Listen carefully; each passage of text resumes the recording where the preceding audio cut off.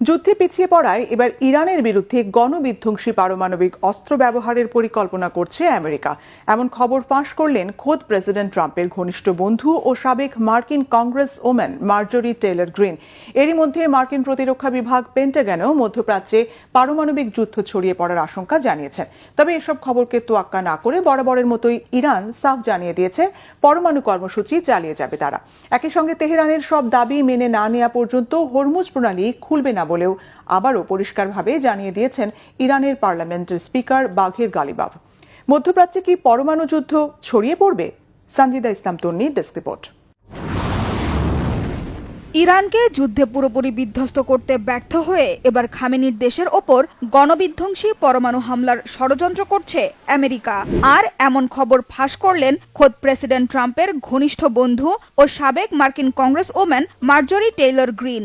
এরই মধ্যে মধ্যপ্রাচ্যে পরমাণু যুদ্ধ ছড়িয়ে পড়ার আশঙ্কা করছে খোদ মার্কিন প্রতিরক্ষা বিভাগ পেন্টাগনও। ইরানের ওপর পারমাণবিক অস্ত্রের আঘাত হলে বিশ্বের অন্য দুই পারমাণবিক শক্তিধর দেশ রাশিয়া ও চীন মিত্র ইরানকে সরাসরি পরমাণু অস্ত্র সহায়তা দেবে বলে মনে করেন পেন্টাগনের সিনিয়র কমান্ডার এলব্রিস কোলবি। ইরানের বিরুদ্ধে পরমাণু অস্ত্র নিয়ে যুদ্ধে নেমে কি জিততে পারবেন মার্কিন প্রেসিডেন্ট, নাকি রাশিয়া আর চীনের সাথে জোট বেঁধে আবারও আমেরিকাকে ধ্বংসের দ্বারপ্রান্তে নিয়ে যাবে কট্টরপন্থী খামেনির দেশ?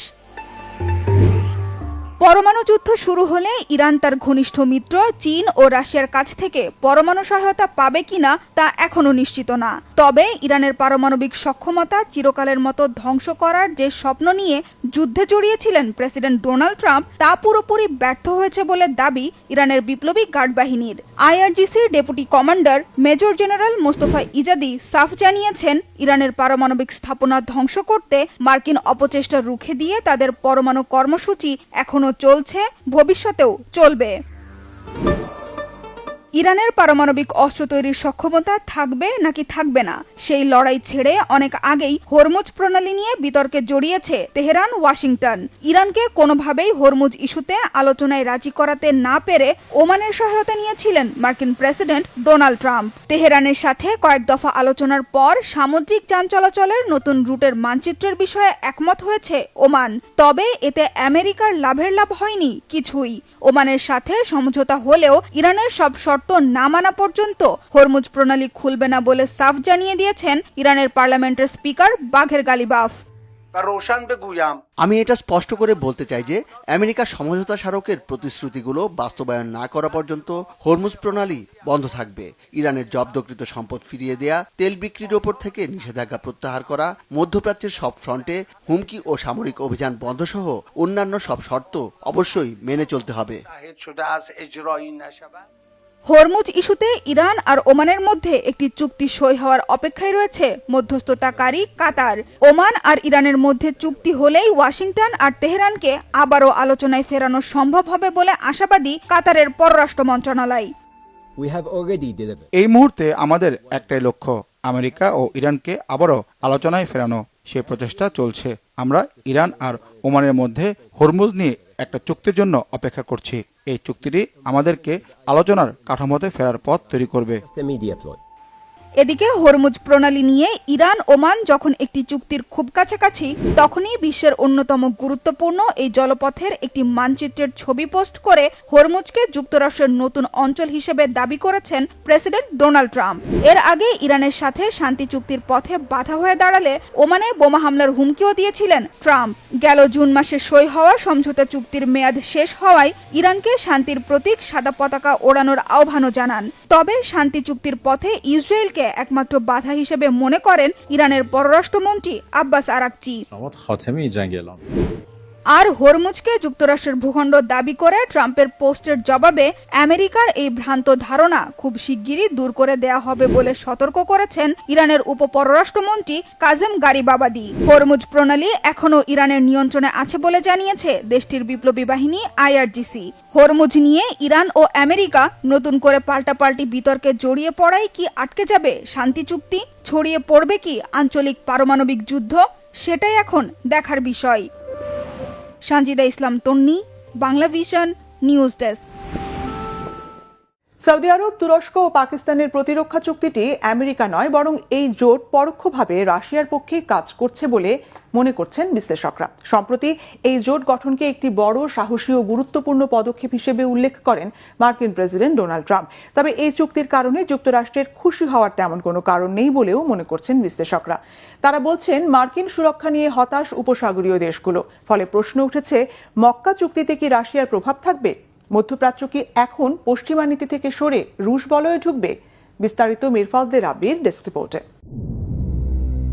মধ্যপ্রাচ্য থেকে দক্ষিণ এশিয়া পর্যন্ত এক শক্তিশালী প্রতিরক্ষার বলয় তৈরি করেছে সৌদি আরব, তুরস্ক ও পাকিস্তান।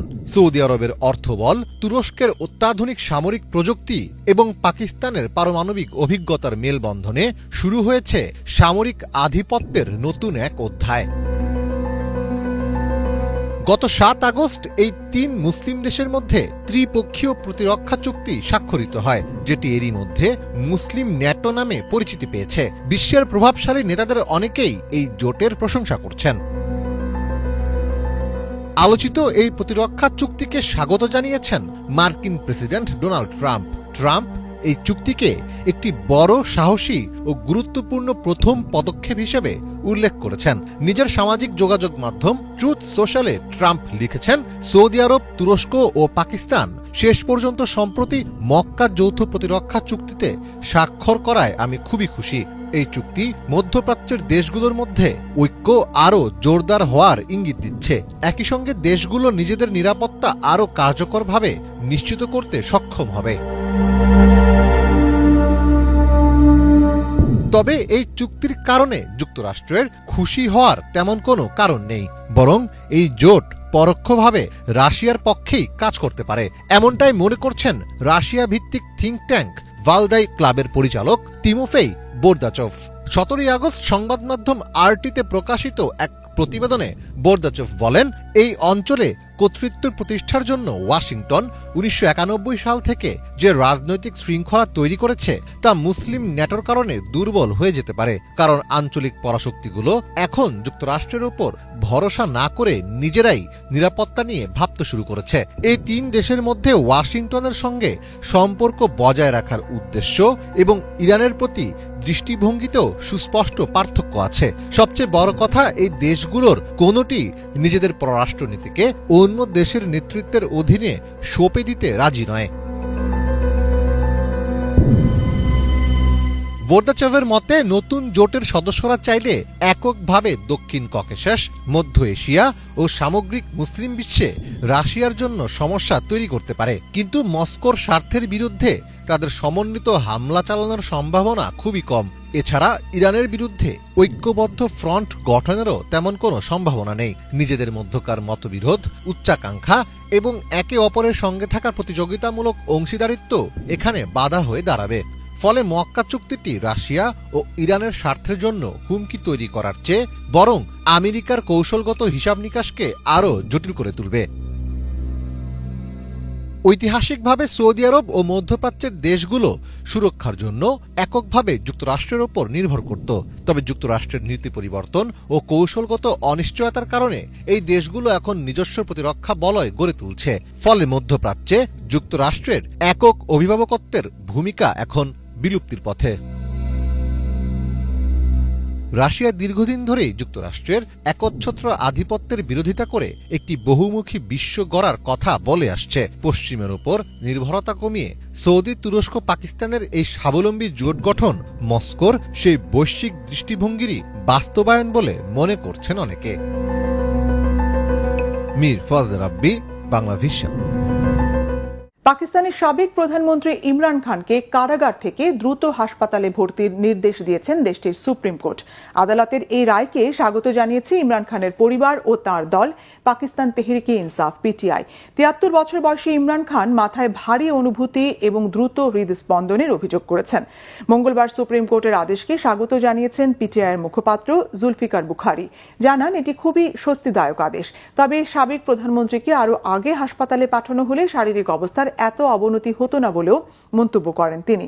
ইমরান খানের আইনজীবী ও মুখপাত্র জানিয়েছেন, আগামী 16 সেপ্টেম্বর পর্যন্ত তাকে হাসপাতালে রাখার নির্দেশও দিয়েছে আদালত। 73 বছর বয়সী ইমরান খান 2023 সালের অগস্ট থেকে কারাগারে।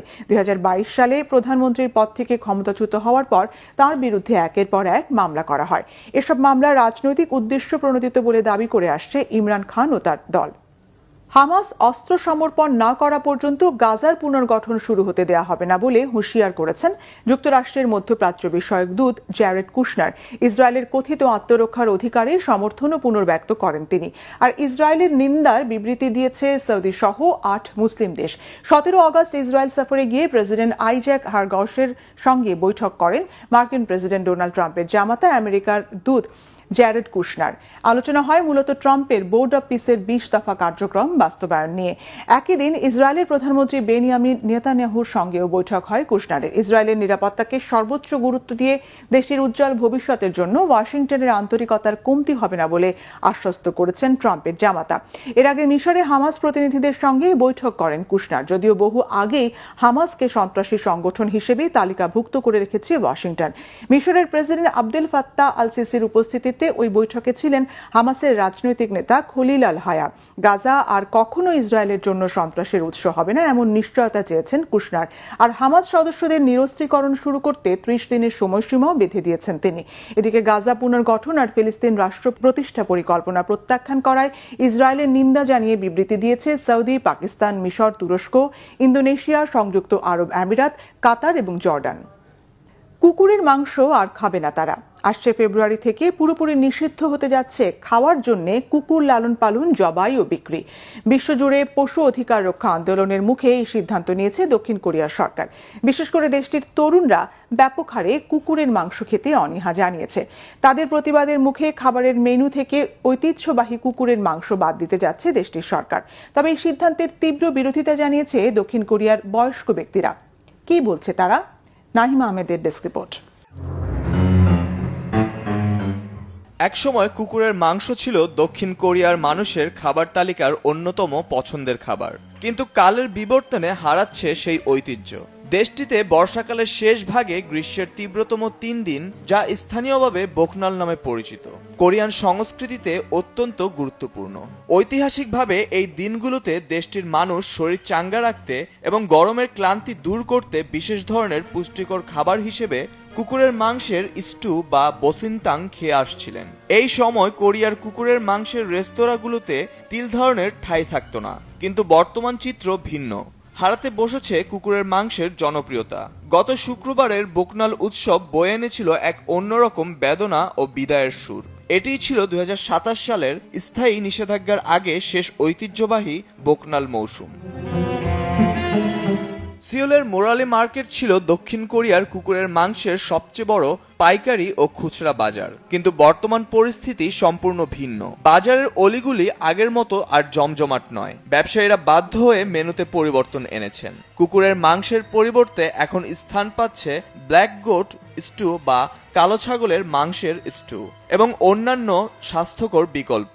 প্রায় 37 বছর ধরে এই ব্যবসার সঙ্গে জড়িত প্রবীণ রেস্তোরাঁ মালিক লি কাং চুন। তিনি জানান, বিশ্ব মঞ্চে দক্ষিণ কোরিয়ার ভাবমূর্তি রক্ষা এবং আধুনিক সামাজিক দৃষ্টিভঙ্গির পরিবর্তনকে মাথায় রেখে এই নিষেধাজ্ঞা সঠিক সিদ্ধান্ত হলেও তার দীর্ঘদিনের প্রবীণ গ্রাহকদের কথা মনে করে তিনি ব্যথিত।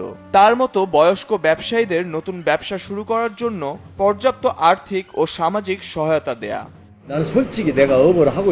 সত্যি বলতে এই আধুনিক বিশ্ব সমাজে আমাদের কুকুরের মাংস খাওয়ার সংস্কৃতিটা কিছুটা পুরনো আমলের। আমাদের দেশ যদি জাতীয় ভাবমূর্তি উন্নত করতে এবং বিদেশে নিজেদের উপস্থিতি জানান দিতে চায়, আমি বিশ্বাস করি এই ধরনের জিনিসের কোনো অস্তিত্ব থাকা উচিত নয়। তবে সরকারের উচিত এতদিন ধরে এই ব্যবসা করে আসা বিক্রেতাদের সহায়তা করা। পশু কল্যাণ এবং সামাজিক সচেতনতার কারণে গত 1 দশকে দেশটিতে কুকুরের মাংসের বাজার দ্রুত কমে এসেছে। আইন পাশ হওয়ার আগে প্রকাশিত এক সরকারি জনমত জরিপে উঠে এসেছে চাঞ্চল্যকর তথ্য। দেশটির 95% মানুষ জানিয়েছে তারা 1 বছরে একবারও কুকুরের মাংস খায়নি, আর 82% মানুষ চায় কুকুরের মাংস খাওয়া নিষিদ্ধ করা হোক। তবে শেষবারের মতো আয়োজিত কুকুরের মাংস খাওয়ার উৎসবে দেখা গেছে মিশ্র প্রতিক্রিয়া। কুকুরের মাংস খেতে আসা বেশিরভাগ মানুষই ছিল 70 কিংবা 80-এর দশকের বয়স্ক ব্যক্তি, যাদের কাছে এখনো কমেনি একসময়ের জনপ্রিয় এই মাংসের চাহিদা। এই বিশেষ খাবার সামনের বছর থেকে খেতে না পারায় ক্ষোভ জানাচ্ছে তারা। এই মেনুটি শেষ হয়ে যাওয়ার আগেই আমি এটা তাড়াতাড়ি খেয়ে ফেলতে চাই। এটা শেষ হয়ে গেলে আমি কি করব? এটা খাওয়ার জন্য কি আমাকে পাহাড়ে যেতে হবে? আমার মনে হয় মানুষ যে ব্যক্তিগতভাবে এটা খাচ্ছে তা আমরা নিয়ন্ত্রণ করতে পারি না। আমার ভীষণ খারাপ লাগছে। এই খাবারটি অসুস্থ মানুষের জন্য উপকারী বলে পরিচিত ছিল, তাই আমি প্রায় এটা খেতাম। কিন্তু এখন যেহেতু তারা এই খাবারটি তুলে দিচ্ছে, আমার খুব দুঃখ হচ্ছে। কুকুরের মাংসের জনমতের এই বিশাল পরিবর্তনকে প্রাধান্য দিয়ে দক্ষিণ কোরিয়ার পার্লামেন্ট 2024 সালের জানুয়ারি মাসে একটি ঐতিহাসিক বিল পাশ করে। আইন অনুযায়ী কুকুরের মাংসের খামার, জবাইখানা, বিতরণ এবং বিক্রির উপর নিষেধাজ্ঞা আরোপ করা হয়েছে। সরকারি হিসেব অনুযায়ী এই নিষেধাজ্ঞার কারণে প্রায় 5600টি ব্যবসা প্রতিষ্ঠান সরাসরি প্রভাবিত হয়েছে। তবে দেশটির সরকার জানিয়েছে ক্ষতিগ্রস্ত খামারি, পাইকারি বিক্রেতা এবং রেস্তোরাঁ মালিকদের বিকল্প কর্মসংস্থানে রূপান্তরে আর্থিক প্রণোদনা ও সরকারি সহযোগিতা প্রদান করা হচ্ছে। Naim Ahmed, Bangla vision news desk. মহাবিশ্বের শৈশবকালের এক অজানা রহস্যের যেন পর্দা উঠতে শুরু করেছে। জ্যোতির্বিজ্ঞানীরা খুঁজে পেয়েছেন এমনই এক অভূতপূর্ব মহাজাগতিক বস্তু, যার কেন্দ্রে রয়েছে বিশাল এক ব্ল্যাক হোল, অথচ বাইরে থেকে দেখতে এটি একটি সুবিশাল লাল নক্ষত্রের মতো। ব্ল্যাক হোল স্টার নামে পরিচিত এই বস্তুটি শুধু মহাবিশ্বের প্রাথমিক সময়ের নতুন তথ্যই দিচ্ছে না, বরং ব্ল্যাক হোল ও গ্যালাক্সি কিভাবে এত দ্রুত তৈরি হয়েছিল সেই রহস্য উন্মোচনের সম্ভাবনা তৈরি করেছে। কি এই অদ্ভুত কৃষ্ণগহ্বর আর তারা, আর কেন বিজ্ঞানীদের কাছে এত গুরুত্বপূর্ণ এই আবিষ্কার? ডেস্ক রিপোর্টে জানাচ্ছেন ইমরান মাহমুদ। মহাবিশ্বের রহস্যময় জগতে সম্প্রতি যোগ হয়েছে এক নতুন ও রোমাঞ্চকর আবিষ্কার। জ্যোতির্বিজ্ঞানীরা মহাকাশে এমন এক অভূতপূর্ব বস্তুর সন্ধান পেয়েছেন যা আগে কখনো দেখা যায়নি। একে বলা হচ্ছে ব্ল্যাক হোল স্টার বা কৃষ্ণগহ্বর তারা। বাহ্যিক দৃষ্টিতে এটি দেখতে বিশাল আকারের লাল একটি নক্ষত্রের মতো হলেও এর ভেতর লুকিয়ে আছে একটি প্রকাণ্ড ব্ল্যাক হোল। গার্ডিয়ানে প্রকাশিত একটি প্রতিবেদন মতে 2026 সালে আগস্ট মাসে মার্কিন যুক্তরাষ্ট্রের মহাকাশ গবেষণা সংস্থা নাসার জেমস ওয়েব স্পেস টেলিস্কোপের মাধ্যমে এই বিশেষ বস্তুটি শনাক্ত করা হয়। ম্যাসাচুসেটস ইনস্টিটিউট অফ টেকনোলজির একদল বিজ্ঞানী মহাবিশ্বের একদম শুরুর দিকের গ্যালাক্সি বা ছায়াপথগুলো নিয়ে গবেষণা করার সময় এই মহাজাগতিক বস্তুর দেখা পান। বিজ্ঞানীরা এই নির্দিষ্ট বস্তুটির নাম দিয়েছেন MOMBH1। এই ব্ল্যাক হোল স্টারটি আমাদের পৃথিবী থেকে বহু বিলিয়ন আলোকবর্ষ দূরে অবস্থিত। জ্যোতির্বিজ্ঞানীদের মতে আমাদের মহাবিশ্বের সৃষ্টির মূল ঘটনা বিগ ব্যাং বা মহাবিস্ফোরণের মাত্র কয়েক শত মিলিয়ন বছরের পরের আলো এটি। অর্থাৎ আমরা আজ যে আলোটি দেখতে পাচ্ছি তা মহাবিশ্বের শৈশবকালে গঠিত হওয়া একটি ব্ল্যাক হোল স্টারের প্রতিচ্ছবি মাত্র। MIT নিউজে প্রকাশিত একটি প্রতিবেদনে উল্লেখ করা হয়েছে এই ব্ল্যাক হোল স্টারটি সাধারণ কোনো তারা নয়, এর আকার কল্পনাকেও হার মানাবে। এটি পুরো সৌরজগতের সমান বিশাল হতে পারে। বিজ্ঞানীদের ধারণা এই বস্তুর কেন্দ্রে রয়েছে সূর্যের চেয়ে প্রায় 1 লক্ষ গুণ ভারী একটি ব্ল্যাক হোল। তবে সেই ব্ল্যাক হোলটি খোলা অবস্থায় নেই, বরং তাকে ঘিরে রয়েছে হাইড্রোজেন ও হিলিয়াম গ্যাসের এক অতি ঘন বিশালাকার আস্তরণ।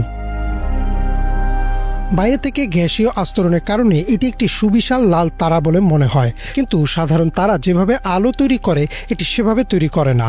স্বাভাবিক তারা পারমাণবিক ফিউশন প্রক্রিয়ায় শক্তি উৎপন্ন করে, কিন্তু এই ব্ল্যাক হোল স্টার তার ভেতরের ব্ল্যাক হোলের গ্রাস করার ক্ষমতা থেকেই বিপুল শক্তি পায়, যার ফলে এটি কোনো সাধারণ তারার চেয়ে প্রায় 100 বিলিয়ন গুণ বেশি উজ্জ্বল আলো ছড়ায়। গবেষকরা বলছেন সাধারণ নক্ষত্র গ্যাসের তৈরি একটি পিণ্ড, যার কেন্দ্রস্থলে পারমাণবিক শক্তির মাধ্যমে তাপ ও আলো তৈরি হয়। অন্যদিকে সাধারণ ব্ল্যাক হোল হলো মহাকাশের এমন এক স্থান যার মাধ্যাকর্ষণ শক্তি এতই বেশি যে আলো পর্যন্ত তা থেকে বের হতে পারে না, এবং এটি গ্যাস বা পদার্থ টেনে নেওয়ার সময় এর চারপাশে একটি চ্যাপ্টা পাত্রের মতো ঘুরতে থাকা রিং তৈরি করে। কিন্তু ব্ল্যাক হোল স্টার হলো এই দুইটির এক অদ্ভুত মিশ্রণ। এর কেন্দ্রে ব্ল্যাক হোল থাকলেও চারপাশে চারপাশে ঘন গ্যাসের স্তর এমনভাবে পেঁচিয়ে থাকে যে তা হুবহু একটি বড় তারার বায়ুমণ্ডলের মতো আচরণ করে। এটি ব্ল্যাক হোলের মতো শক্তি তৈরি করে, আবার তারার মতো চারদিকে আলো ছড়িয়ে দেয়। ইকোনমিক টাইমসে প্রকাশিত একটি খবর অনুযায়ী জেমস ওয়েব স্পেস টেলিস্কোপের আগের তোলা অনেক ছবিতে প্রায় ছোট ছোট কিছু অদ্ভুত লাল বিন্দু দেখা যেত। বিজ্ঞানীরা এতদিন বুঝতে পারছিলেন না এগুলো আসলে কি। এই আবিষ্কারের মাত্র